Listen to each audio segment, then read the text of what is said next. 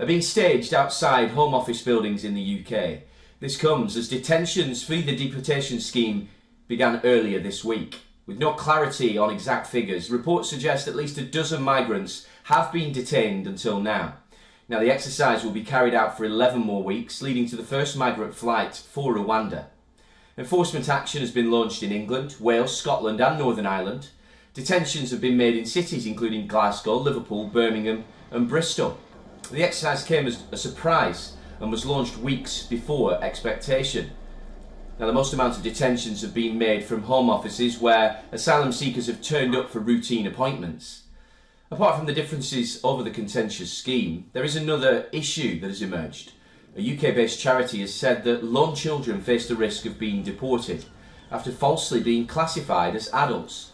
The Refugee Council warned that over a dozen children received notices of intent for Rwanda, while the Home Office has said that lone minors will not be deported.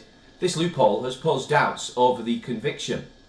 As per the charity's data, 6 minors were held in adult immigration centres since the wave of detentions. Of these, 5 have been accepted as children and are now with local authorities, while 1 remains to be in detention.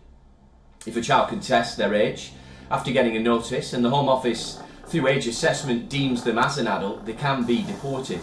There's no order to await the age assessment outcome of social work bodies.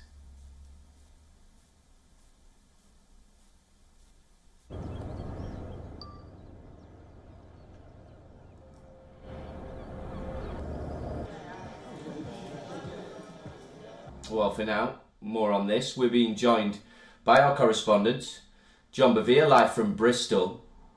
Now, John, many thanks for your time this morning. Of course, a controversial policy that we've discussed in much detail previously, and now certain issues involving potential minors being wrapped up in this, and also, of course, anger on the streets. Give us your assessment. Yeah, absolutely. And as you rightly pointed out, these detentions now taking place. Bristol, where I am, one of the locations where it's believed that a migrant was taken into the custody of the Home Office. So this is a policy that the government are very keen to get going, and to get going quickly, because they want it to be seen as a success. Despite the cost of it, despite the many objections to it, the government are very much sticking with it, because they say this policy is going to put people off from travelling to the UK in the first place. So the government very much committed to this and saying it is worth the challenges, it is worth the legal problems, the cost, everything else, because they believe it will put people off coming over on these small boats, as the government called them. And that has been a crucial government policy, and one that they have focused on extensively over the last few months.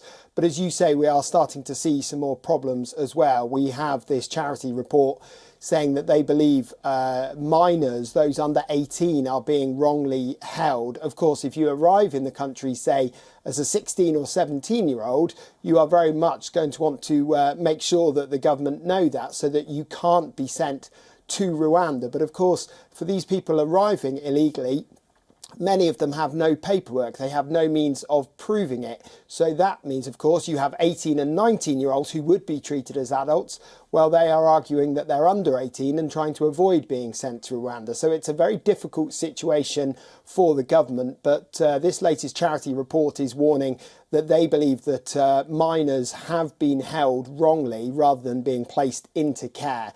So this just another issue with this policy, this very controversial policy, one that the government will be keen to try and bring some solutions to, because as you said, we are expected to see flights from 9 to 11 weeks from now. It had originally been scheduled for spring, but the government admitted that they weren't going to be able to turn things around that quickly. They are still potentially expecting some challenges to this, whether legally or in the House of Commons as well. So we have all of those hurdles. The government, though, pushing ahead with these detentions, saying that the first planes will be taking off in the coming weeks ahead. Yeah, complicated issue, and one that we imagine will rumble on for some weeks and months to come. John Bevere joining us live from Bristol there. Many thanks for your insight.